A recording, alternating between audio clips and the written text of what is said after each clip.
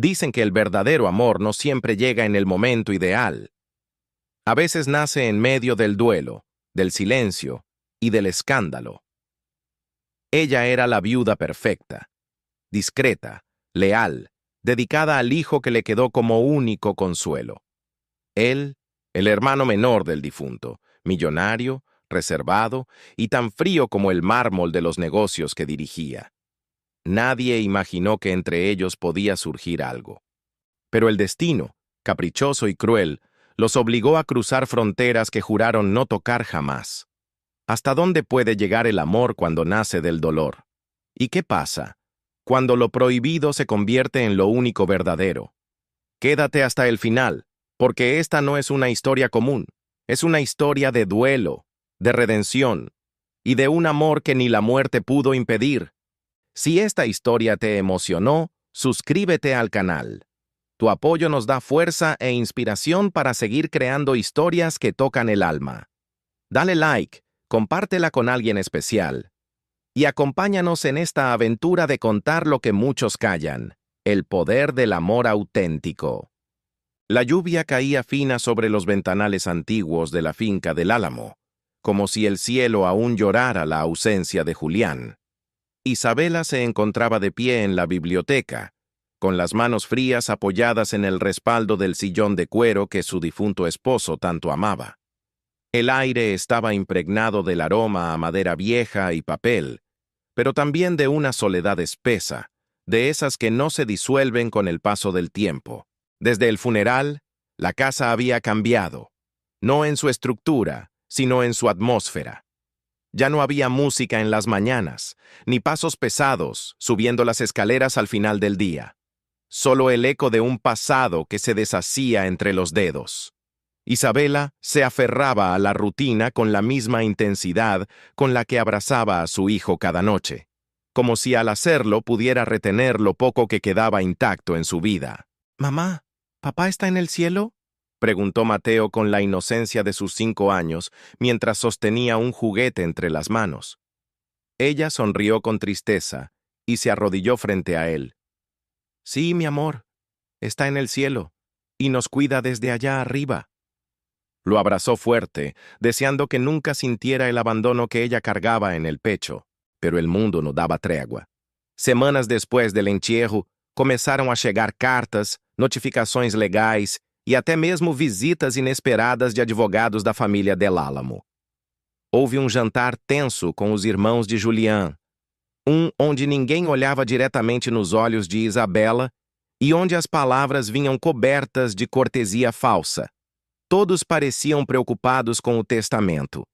Todos, exceto Alonso. Alonso del Álamo no había asistido al funeral.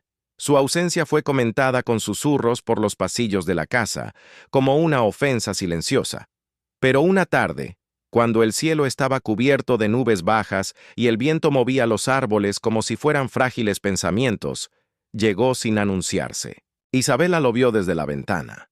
Alto, impecable, con un abrigo negro sobre los hombros y una mirada que no dejaba ver nada. Entró a la casa como si le perteneciera, pero sus pasos eran cuidadosos, casi respetuosos.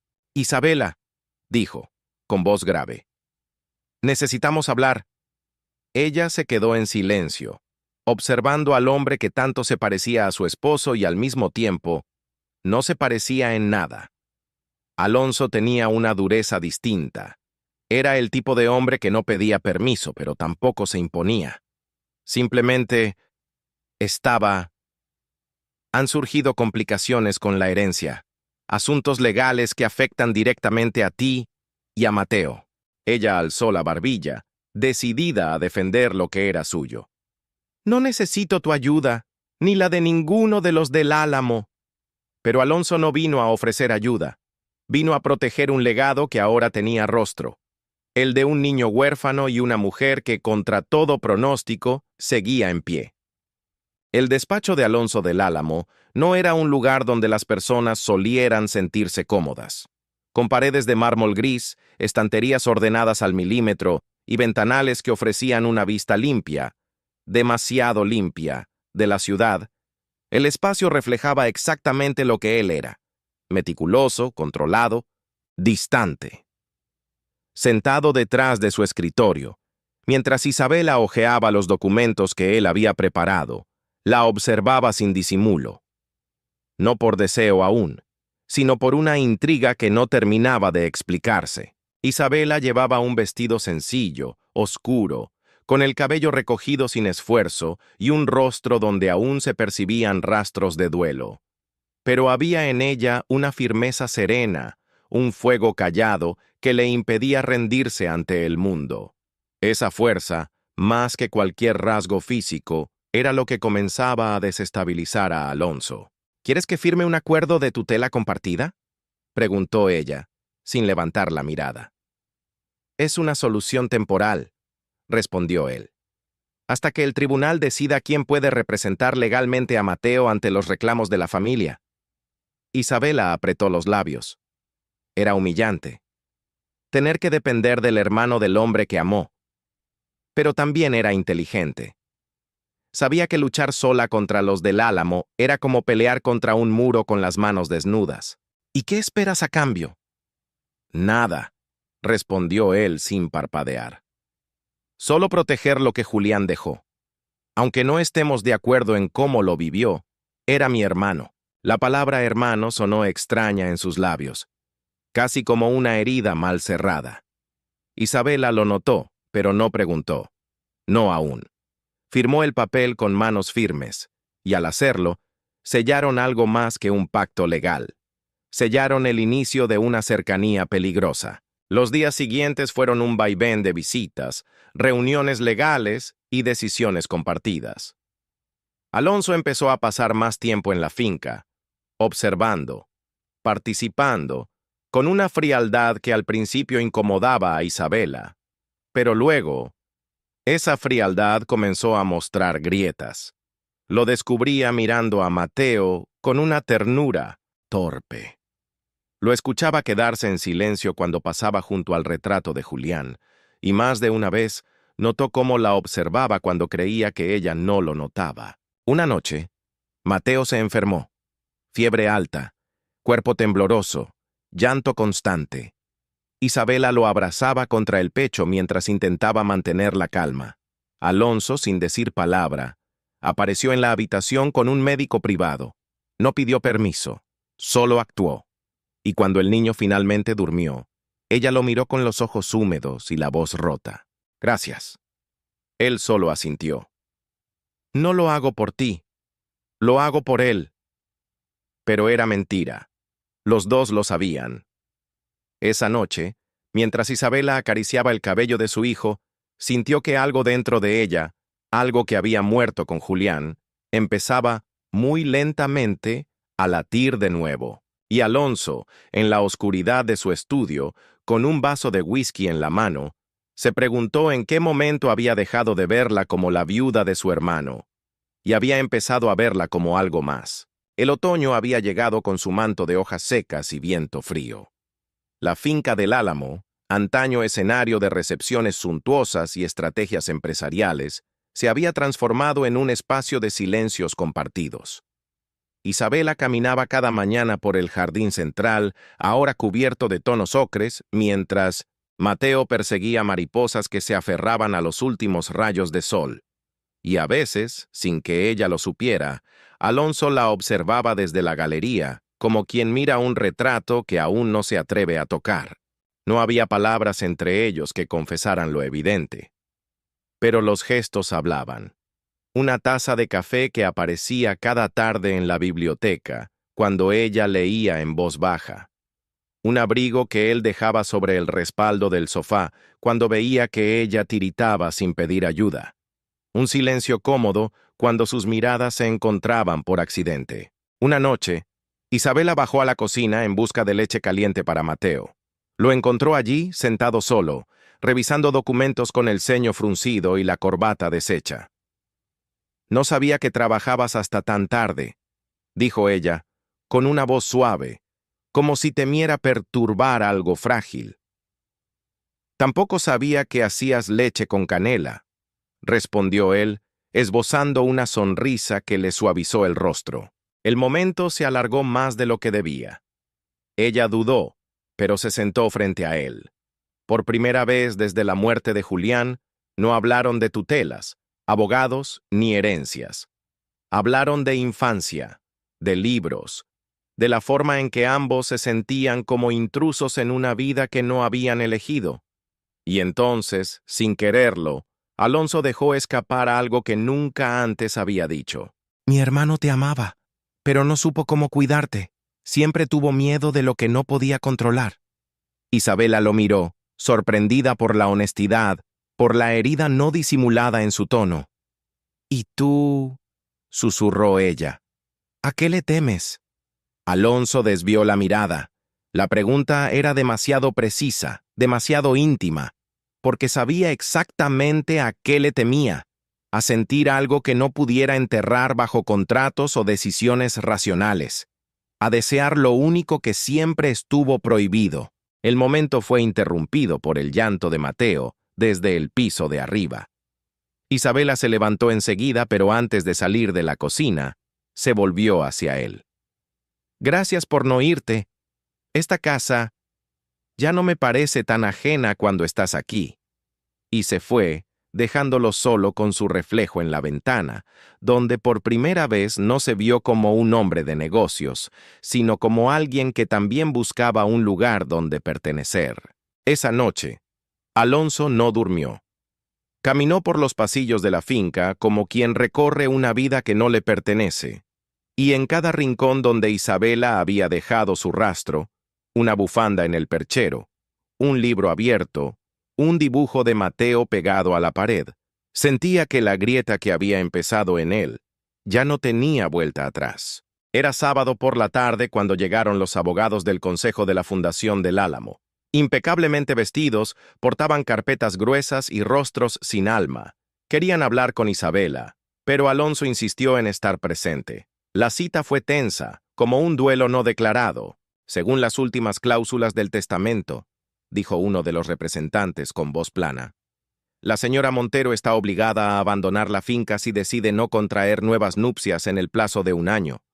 Fue una condición particular de Julián del Álamo, añadida en su última revisión del documento. Isabela enmudeció. El golpe fue frío y calculado, como una sombra que volvía a envolverla cuando apenas comenzaba a ver la luz. Se aferró al respaldo de la silla y tragó el nudo que se formó en su garganta. ¿Están diciendo que mi hijo y yo seremos desalojados si no me caso?, preguntó atónita. Legalmente el fideicomiso lo permite, continuó el abogado. Y ya hay miembros de la familia dispuestos a tomar la custodia del menor si se considera que usted no puede garantizarle estabilidad. Alonso se levantó de golpe. Su silla crujió contra el mármol. La ira se dibujó en sus ojos como un relámpago silente. Esto es una farsa. Julián estaba en pleno desequilibrio emocional cuando firmó esa cláusula. Aún así, señor del Álamo, respondió el abogado, es válida y ejecutable. Cuando se marcharon, el silencio quedó flotando como una nube densa. Isabela, inmóvil, sostenía entre los dedos la hoja que acababa de destruir sus últimos fragmentos de paz. ¿Sabías algo de esto?, susurró, sin mirarlo directamente. No, respondió él con sinceridad, y dolía que fuera verdad. Ella se puso de pie, con los ojos ardiendo. Tu hermano no me amaba, solo me poseía, y ahora, desde la tumba, todavía quiere decidir mi destino. Alonso dio un paso hacia ella. Quiso decirle que no estaba sola, que él no permitiría que la echaran, que pelearía si era necesario. Pero las palabras se le atascaban en el pecho, porque parte de él aún no entendía cómo había dejado que todo llegara a ese punto. Isabela, hay una forma de detener esto, dijo al fin, con voz baja. Podemos casarnos. Ella se giró bruscamente. Su mirada lo taladró con una mezcla de incredulidad, rabia y tristeza. ¿Un matrimonio por conveniencia? ¿Otra transacción entre del Álamo?, dijo con sarcasmo. ¿Crees que eso protegería a Mateo o a tu apellido? No lo sé, admitió. Pero sí sé que no voy a permitir que pierdas lo único que te queda. Ella no respondió. Solo se alejó, con la espalda recta y la dignidad intacta, aunque por dentro se sintiera hecha pedazos. Esa noche, mientras la finca dormía, Isabela lloró en silencio en la habitación donde alguna vez fue feliz. Y Alonso, solo en el despacho, comprendió que lo que sentía por ella ya no era compasión, ni obligación, ni culpa, era amor. Un amor que llegaba tarde, o tal vez justo a tiempo para salvar lo que aún podía ser salvado. La mañana siguiente amaneció sin sol. El cielo encapotado parecía reflejar el estado de ánimo de cada rincón de la finca del Álamo. Isabela caminaba con lentitud por los pasillos, como si el suelo pesara más que de costumbre. No había dormido, y aunque su rostro seguía sereno, por dentro llevaba un torbellino que la desgarraba en silencio. Alonso no apareció durante el desayuno, tampoco en el despacho. Era como si le hubiese dado espacio, o se hubiese escondido de su propia verdad. Pero al mediodía, la encontró en el invernadero, regando las hortensias que ella misma había pedido conservar. Estaba de espaldas, con las mangas arremangadas y las manos cubiertas de tierra. ¿Puedo hablar contigo?, dijo él, sin rodeos. Ella no se giró. Si es sobre el matrimonio que propones, la respuesta es no. No he venido a convencerte, respondió, caminando lentamente hacia ella. Solo quiero que escuches. Isabela finalmente se dio vuelta. Lo miró con la misma mirada que una vez usó para enfrentar al mundo tras quedar viuda. Firme, herida, pero sin miedo. Escucho. Alonso inspiró hondo. No llevaba papeles, ni trajes, ni excusas, solo sus ojos claros y una verdad que ya no podía seguir enterrando. No te propuse casarnos solo para salvarte de ese testamento absurdo. Lo hice porque, en algún momento entre todos estos días, empecé a imaginar mi vida contigo, no como una carga, no como la viuda de mi hermano, sino como tú, Isabela. Ella contuvo el aire. Eso no cambia lo que representamos, ni lo que el resto verá si lo hacemos. ¿Te importa tanto lo que vean? No, susurró. Me importa lo que siento. ¿Y qué sientes?, preguntó él, dando un paso más. Isabela cerró los ojos por un instante. Pensó en Mateo, en la noche de fiebre, en las tazas de café, en los silencios compartidos, en la forma en que Alonso le hablaba con una mezcla de respeto y deseo contenido. Pensó también en Julián, en la promesa rota, en el amor que creyó tener y que nunca fue recíproco. Siento miedo, respondió al fin, porque por primera vez siento algo real, y eso lo cambia todo. Alonso la miró en silencio. No necesitaba decir más. La entendía. Él también tenía miedo. No tienes que responder ahora, dijo suavemente. Pero cuando decidas, no será un contrato lo que te ofrezca. Y Isabela ya no era la misma mujer que había temido perderlo todo. Ahora sabía que tenía algo aún más valioso que defender, su derecho a amar sin culpa. Pasaron 3 días sin que Isabela respondiera. 3 días donde cada rincón de la finca parecía esperar también. Alonso no insistió. Cumplía con los asuntos legales, con las obligaciones de la fundación, con las reuniones con abogados. Pero en sus gestos se notaba la tensión de quien sostiene una esperanza entre los dedos, temiendo que se deshaga. Isabela, por su parte, se refugió en Mateo. Lo llevaba al parque, lo ayudaba a construir castillos de bloques, lo abrazaba más de lo habitual, como si en ese niño encontrara el punto de equilibrio entre lo que fue y lo que podía llegar a ser. Pero por las noches, cuando él dormía, su mente viajaba a las palabras de Alonso, a su voz contenida, a sus ojos honestos, a la promesa de un hogar que no le exigiera nada más que ser ella. Una noche, mientras la lluvia golpeaba las ventanas con furia, Isabela bajó a la biblioteca en busca de un libro para distraer la ansiedad que le pesaba en el pecho. Pero no esperaba encontrar a Alonso allí, de pie frente a la chimenea encendida, con una copa de vino entre las manos y la mirada fija en las llamas. «No sabía que aún estabas despierto», murmuró ella. Él giró apenas el rostro, con una calma que parecía más una coraza que un estado real.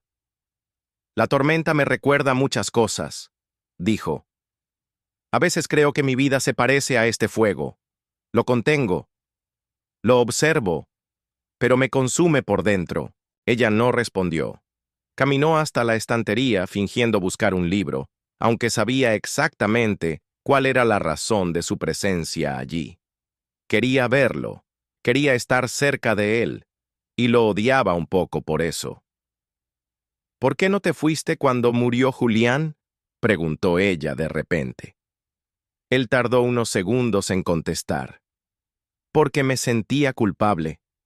Porque durante años lo envidié, no por su dinero, ni por su poder, sino porque tú estabas a su lado. Isabela se volvió lentamente. Su rostro ya no tenía la expresión de contención. Era una mezcla de asombro, tristeza y algo más profundo. ¿Desde cuándo? Desde el primer día que te vi entrar en la finca, confesó Alonso.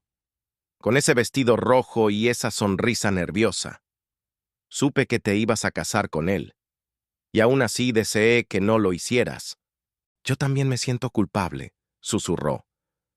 Porque te veo, y ya no pienso en Julián, pienso en ti. Él la abrazó con delicadeza, como si temiera romperla. No hubo beso, no esa noche, pero en ese abrazo se dijeron todo. Fue la primera grieta que rompió el muro entre lo prohibido y lo inevitable. Y en la oscuridad, mientras el fuego seguía iluminando los contornos de dos almas rotas encontrándose en medio de la tormenta, nació una decisión. No era un sí, no era aún una promesa, pero era un principio. Uno que, esta vez, no sería dictado por el apellido del Álamo, ni por un testamento, ni por la culpa, sino por el amor. La finca amaneció envuelta en una neblina densa, como si la propia tierra quisiera ocultar lo que estaba a punto de revelarse. Isabela caminaba por el jardín con paso firme, con un abrigo largo que ondeaba detrás de ella y la mirada fija en el horizonte. No dormía bien desde aquella noche junto a Alonso, pero no por inquietud, sino porque su corazón había despertado a una verdad que ya no podía negar.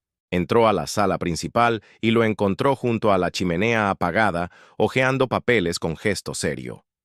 Alzó la vista en cuanto la vio, como si la hubiese estado esperando. «Necesito hablar contigo», dijo ella sin preámbulos. «Estoy escuchando», respondió, dejando todo a un lado.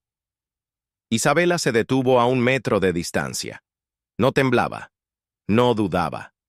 Solo le pesaba el pasado como una sombra a punto de disiparse. He tomado una decisión. No voy a dejar esta casa. No voy a permitir que Mateo pierda su hogar, ni que un testamento decida lo que merecemos. Él la observó, sin interrumpirla. Y si eso significa casarme contigo, lo haré, pero no por obligación, ni por estrategia, sino porque, aunque me asusta, te amo. El silencio que siguió no fue incómodo. Fue sagrado. Alonso se levantó con calma, caminó hacia ella y, sin decir nada, tomó sus manos con ternura. Sus dedos temblaban apenas. No por inseguridad, sino porque sabía que en ese instante su vida estaba cambiando para siempre. «No necesito un sí por lástima ni por presión», dijo él con voz ronca. «Pero si me estás diciendo que sientes lo mismo que yo, entonces quiero que este matrimonio no sea una solución. Quiero que sea un comienzo». Ella asintió con los ojos húmedos. «Lo será. Pero necesito tiempo. Necesito aprender a vivir este amor sin cargarlo de culpa». «Tendrás todo el tiempo que necesites», respondió Alonso. «Yo solo quiero estar a tu lado, y que Mateo crezca sabiendo que el amor verdadero no nace de la perfección, sino del coraje de volver a elegir». Esa misma tarde, Alonso canceló las gestiones de desalojo, despidió al bufete que presionaba a Isabela y llamó personalmente a los miembros del consejo para advertirles. Ella es familia, les guste o no. y no habría más amenazas. Al llegar la noche, Isabela lo esperaba en la terraza trasera, donde las luces del jardín titilaban con discreta elegancia. Había preparado 2 tazas de té, como gesto simple, pero lleno de simbolismo. Cuando él llegó, se sentó frente a ella en silencio. ¿Esto es una cita?, preguntó él con una media sonrisa. No, respondió ella sonriendo con dulzura. Esto es una práctica, para todas las veces que tengamos que sentarnos juntos, como compañeros, como algo real. Y brindaron, no con copas de cristal, sino con promesas mudas. Brindaron por lo que venía, por lo que aún dolía, y por lo que estaban dispuestos a construir desde el amor, no desde el luto. Aquel compromiso sin anillo, sin anuncio público, sin promesas decoradas, comenzó a tomar forma con pequeños actos cotidianos. Alonso empezó a llegar más temprano a la finca, compartía las comidas con Isabela y Mateo, y sus noches dejaban de ser solitarias frente al fuego para convertirse en conversaciones íntimas bajo mantas, donde hablaban de todo, y a veces, de nada. Pero fuera de esas paredes, el mundo seguía girando, y no todos estaban dispuestos a aceptar aquella unión silenciosa. Una mañana, Isabela recibió una carta.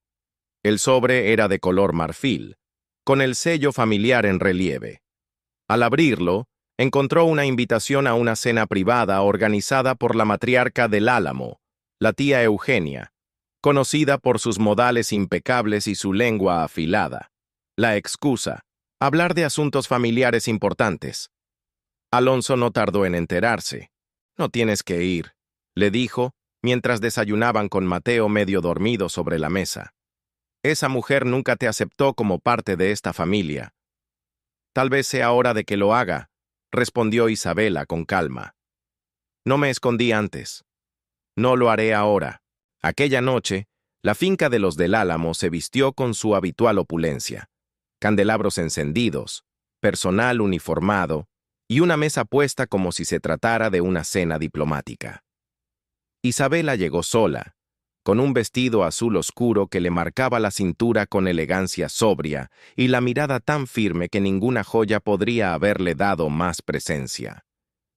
Tía Eugenia la recibió con una sonrisa de cortesía.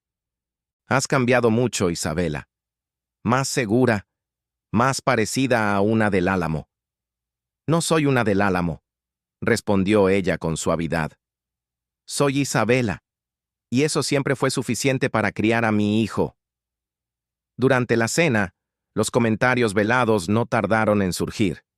«Dicen que ahora compartes más que la custodia con Alonso», murmuró una prima lejana, con fingida ingenuidad. «¿Crees que es prudente unirte al hermano de tu difunto esposo?», añadió otro, con un brindis malicioso. Isabela sostuvo cada mirada con temple. No alzó la voz, no bajó los ojos, y cuando llegó el momento de hablar, lo hizo sin temblar. «A Julián lo amé, lo cuidé, y lloré su ausencia, pero ahora elijo vivir. Y si a alguien le incomoda mi forma de hacerlo, puede retirarse de nuestra historia, porque no voy a pedir perdón por rehacer mi vida». El salón quedó en silencio por unos segundos eternos. Luego, la tía Eugenia rompió el clima con una carcajada seca. «Bienvenida, querida. Por fin tienes algo que ni Julián ni ninguno de sus hermanos tuvo jamás: carácter». Alonso, que la esperaba fuera con el coche encendido, la vio salir con paso firme. Se bajó para abrirle la puerta, pero ella se detuvo frente a él. «Ya no necesito que me defiendas, Alonso, pero agradezco que estés al lado mío mientras aprendo a defenderme sola». Él sonrió con los ojos brillando. «Eso siempre fue lo que más admiré en ti». Y esa noche, por primera vez, no durmieron separados. No por impulso, no por deseo, sino porque ya no había temor, solo la necesidad mutua de estar cerca y comenzar, al fin, una vida verdadera. No hubo anuncios oficiales, no hubo alianzas de diamantes, ni sesiones de fotos, ni comunicados de prensa. El compromiso entre Alonso e Isabela se forjó en la intimidad de lo verdadero, en las mañanas compartidas, preparando el desayuno mientras Mateo recortaba dibujos en la mesa. En las caminatas al anochecer por el jardín, donde ya no hablaban del pasado, sino de cómo decorar el cuarto del niño con estrellas que brillaban en la oscuridad. Para el resto del mundo, aún eran una pareja difícil de digerir. Las revistas de sociedad los mencionaban con sospecha. Los familiares aún se referían a Isabela como la viuda de Julián, y algunos socios miraban a Alonso con un recelo apenas disimulado. Pero a ellos ya no les importaba. El verdadero cambio no llegó con una ceremonia ni con una firma, sino con un gesto simple, una copia de las llaves. Una mañana, Alonso dejó el juego sobre la mesa de la cocina, junto a una nota escrita a mano. Esta también es tu casa, aunque lo ha sido desde hace tiempo. Isabela no dijo nada. Solo lo abrazó por la espalda mientras él leía el periódico. Un gesto silencioso, pero cargado de promesas. Sin embargo, la tranquilidad nunca dura demasiado cuando hay herencias de por medio. Una tarde, Mateo regresó del colegio con un sobre en la mochila. Una invitación a una reunión de orientación escolar. Pero lo curioso fue el remitente, una mujer de apellido Del Álamo. Natalia, la hija de uno de los hermanos distantes de Julián, que nunca había mostrado interés por la vida del niño, hasta ahora. Alonso lo percibió de inmediato. Quieren acercarse a Mateo para buscar grietas legales, dijo con el ceño fruncido. Tal vez piensan que aún pueden quitarte la custodia si nos separamos, si encuentran un punto débil en ti. Pues que busquen, respondió Isabela con una serenidad que venía del alma. No voy a vivir con miedo. Si quieren ver al niño, que lo vean, pero sabrán que él ya tiene un hogar, uno donde nadie más decide por nosotros. Alonso la miró con admiración. Era esa mujer fuerte, entera, que hablaba con la voz tranquila de quien ha pasado por el fuego y no se ha quebrado. Esa noche, mientras Mateo dormía, Alonso le tomó la mano y la llevó al jardín. Encendió las luces del camino y detuvo su andar frente al roble antiguo, ese que tantas veces ella contempló en silencio desde la ventana. Julián lo plantó el día que se casó contigo, dijo, sin preámbulos, y siempre creyó que sus raíces lo representarían. Isabela acarició la corteza con los dedos. Pero el árbol sigue aquí, aunque él ya no esté. Creció sin él, como nosotros. Sí, respondió Alonso. Y por eso quiero pedirte algo, no como estrategia, no como hermano de tu pasado, sino como el hombre que quiere ser parte de tu futuro. Ella lo miró, con lágrimas contenidas, mientras él sacaba del bolsillo no un anillo, sino una pequeña figura de papel hecha por Mateo. Un corazón recortado torpemente, donde estaba escrito con marcador, Papá Alonso. No necesito una boda ahora, susurró Isabela. Solo necesito saber que esto es real. Él la abrazó, y en ese instante, bajo las luces suaves del jardín y el testigo silencioso del roble, el amor se volvió cotidiano. Verdadero. Imperfecto. Pero suyo. Todo parecía encaminarse hacia la calma. La convivencia fluía con la naturalidad de lo auténtico. Alonso comenzaba a delegar más en su empresa para pasar tiempo en casa. Mateo lo llamaba papá, sin que nadie se lo pidiera. Y las noches eran serenas, cargadas de miradas cómplices, de cenas tranquilas y caricias al final del día. Pero el pasado no se entierra tan fácil. Una mañana, mientras revisaban antiguos documentos en la biblioteca, Isabela encontró una carta escondida en un compartimento del escritorio de Julián. Estaba dirigida a Alonso, escrita poco antes de su muerte. Dudó, pero finalmente la abrió. Alonso, si estás leyendo esto es porque ya no estoy. No me fío de los abogados ni de los notarios. Solo confío en que harás lo correcto. Sé que nunca me perdonaste por lo que pasó con Isabela. Lo noté en tus ojos cada vez que la mirabas. Pero te advierto, ella nunca supo toda la verdad.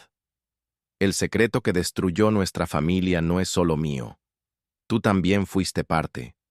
Y si decides acercarte a ella, más te vale contarle todo antes de que lo haga otro. Julián. Guardó la carta sin decir nada. Esa noche esperó a que Mateo durmiera y con el corazón latiendo como un tambor, enfrentó a Alonso en la sala. Él se tensó al instante. No lo esperaba. Pero supo, por la forma en que ella lo miraba, que ya sabía algo. ¿Dónde lo encontraste?, preguntó él, sin rodeos. En su escritorio. Es una carta para ti. Dice que hay un secreto, uno que yo desconozco. Alonso caminó hacia la ventana, apoyó una mano en el marco. Respiró hondo. Tardó segundos eternos en hablar. La noche antes del accidente, discutimos, fuerte. Él sospechaba que yo sentía algo por ti. Me lo echó en cara. Dijo que te había elegido para sí solo para demostrar que podía ganarme en todo. Isabela palideció. ¿Estás diciendo que me usó? No lo sé.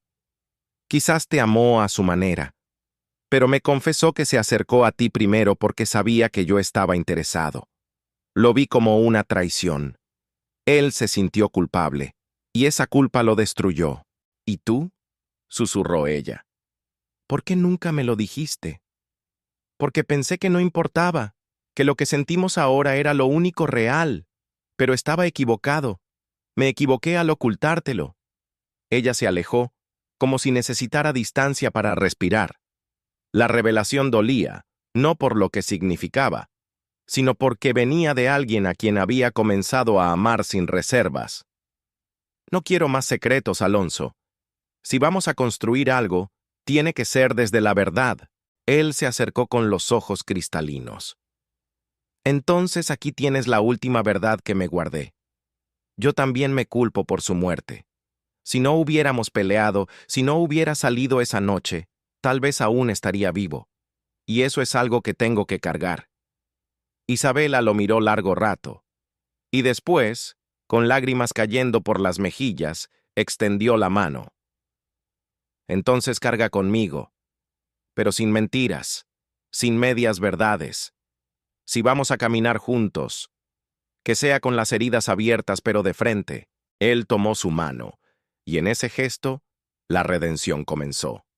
No habían terminado de resolver todo. No había un perdón inmediato, pero había algo aún más fuerte. La decisión de no soltarse, ni siquiera con la sombra del pasado acechando. Los días siguientes fueron un torbellino silencioso. Isabela y Alonso seguían compartiendo la rutina, cuidando de Mateo, sonriendo frente a él. Pero en la intimidad, todo había cambiado.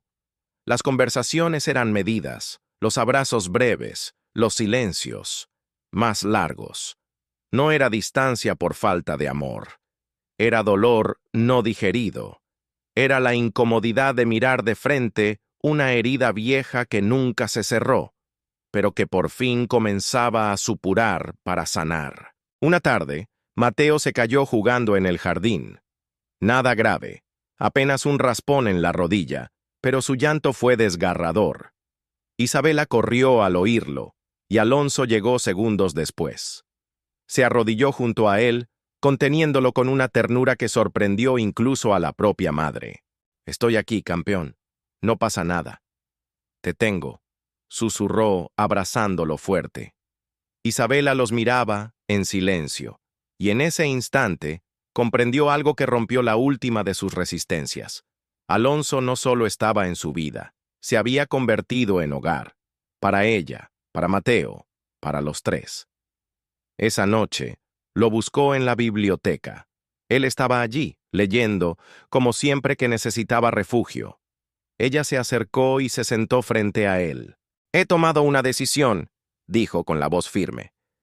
«Quiero casarme contigo, no por necesidad, no por proteger la herencia. Quiero hacerlo porque quiero compartir mi vida contigo, con todo lo que somos, con todo lo que fuimos». Alonso levantó la vista.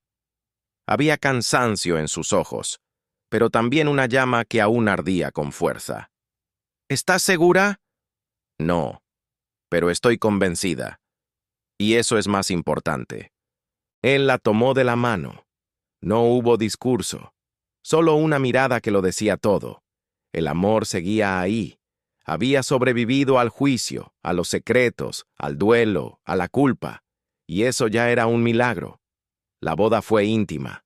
Solo los cercanos. Ningún del Álamo que no hubiese demostrado respeto.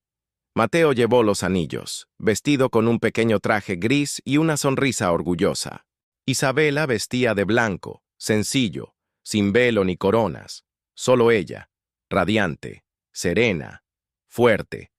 Y Alonso nunca había parecido tan humano, ni tan feliz. Después de los votos, cuando la jueza pronunció el "pueden besarse", no hubo aplausos eufóricos ni flashes de cámaras. Solo un beso profundo, contenido, esperado. Un beso que cerraba un ciclo y abría otro.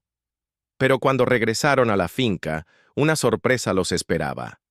La puerta principal estaba entreabierta, y sobre el mármol del vestíbulo había un sobre anónimo con un sello de la notaría central. Al abrirlo, Alonso frunció el ceño. Isabela leía por encima de su hombro. Era una notificación legal. Alguien había reabierto el testamento de Julián, y esta vez no querían despojarla a ella, querían invalidar el matrimonio. ¿Qué es esto?, preguntó Isabela con voz ahogada. Una guerra, susurró Alonso. Una última batalla que no esperábamos, pero que esta vez vamos a enfrentar juntos. Se tomaron de la mano, en el mismo vestíbulo donde años atrás ella fue recibida como la esposa del primogénito. Ahora estaba de nuevo allí, pero ya no como la viuda, ya no como la víctima, ahora, como la mujer que había elegido su camino, y como la esposa del hombre que decidió amar, incluso con todo en contra. La noticia del intento por anular su matrimonio se expandió como un incendio en los círculos de poder.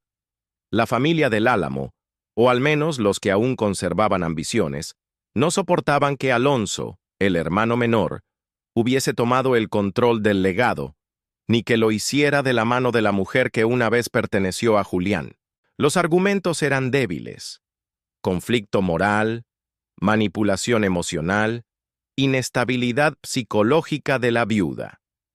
Palabras vacías lanzadas por quienes nunca conocieron la verdadera historia, pero que veían en la unión entre Alonso e Isabela una amenaza a sus privilegios. Pero esta vez, Isabela no retrocedió. Acompañada de Alonso, presentó su defensa ante el consejo familiar en una sala repleta de rostros fríos y apellidos antiguos. «Mi nombre es Isabela Montero», dijo de pie sin titubear. «Fui esposa de Julián del Álamo. Lo acompañé, lo cuidé y lloré su muerte. Pero no estoy aquí para hablar de él. Estoy aquí para hablar de mí y del hombre con quien comparto mi vida hoy. Un hombre que me eligió sin condiciones y al que yo elegí sin miedo». Un murmullo recorrió la sala. «Si quieren pelear por bienes, adelante. Si quieren destruirse entre ustedes, háganlo. Pero déjennos fuera, porque lo único que hemos construido, lo hemos hecho con amor, con dolor, sí, pero también con verdad, y eso no lo pueden invalidar». Los jueces no emitieron fallo ese día, pero el veredicto más importante ya estaba sellado. Ninguno de los presentes pudo volver a verla como una intrusa, ni a Alonso como un usurpador. Eran una familia, y lo seguirían siendo, con o sin aprobación. Semanas después, la resolución llegó. La unión no solo era válida, sino irrevocable. El testamento de Julián no podía anular un compromiso libremente asumido por dos adultos. Era el fin de la amenaza legal, pero no el fin de la historia. Esa primavera la finca volvió a florecer. Mateo corría por los jardines sin miedo, Isabela retomó sus estudios de arte, y Alonso, por primera vez en años, se permitía descansar sin sentir que debía probar nada a nadie. Una tarde cualquiera, mientras pintaban juntos en el patio trasero, Mateo se acercó con una hoja en la mano. «Es un dibujo de nosotros», dijo, orgulloso. «Es un dibujo de nosotros», dijo, orgulloso. En él estaban los tres: él, Isabela y Alonso. Ninguna sombra, ningún fantasma, solo una familia, bajo un cielo azul. ¿Cómo se llama el dibujo?, preguntó Isabela, acariciando su cabello. Mateo lo pensó unos segundos. Los que se quedaron. Y esa fue la verdad más pura de todas. Porque Julián ya no estaba. Los herederos ambiciosos se habían marchado. Las dudas, los miedos y el duelo también. Pero el amor, se había quedado. Y no como consuelo, sino como comienzo.